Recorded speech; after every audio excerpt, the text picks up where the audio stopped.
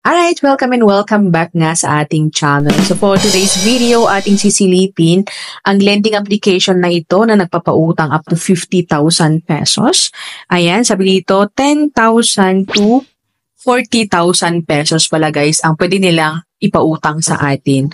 Ayan, sa kanilang about application, 5,000 to 40,000 pesos.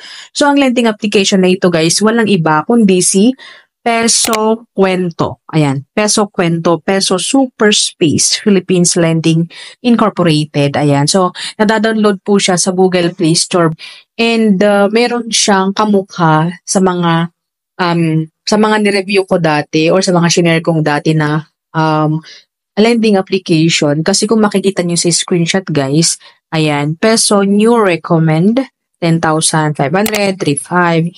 Meron dito yung peso 29, peso 20, peso 23. Hindi ko siya mag-gets. Pero yung recommended daw is yung 10,500.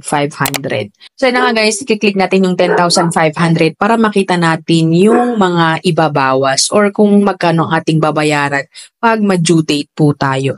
So meron dito management fee. Ayan si screenshot guys. Interest niya is 25 pesos. Account fee, 137, platform, 344, and yung risk fee, 344, and credit fee of 550. So, yung approved na amount po natin is 3,500, pero ang daming deduction, guys. So, magkano na to? 6 plus 5, 1, 2, approximately 1.5 po ang ibabawas sa ating loan guys. So ayun guys, at hindi naman pinakita dito kung kailan yung ating due date.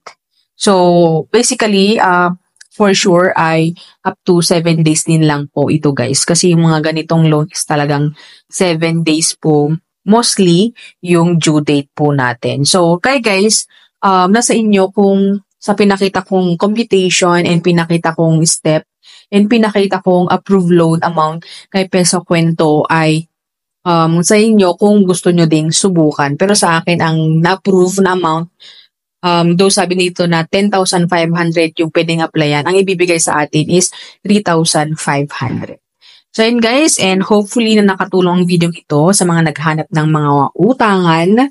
And nasa inyo mga kamay pa rin guys kung subukan nyo ito or hindi. Thank you for watching and see you again on my next video. Bye!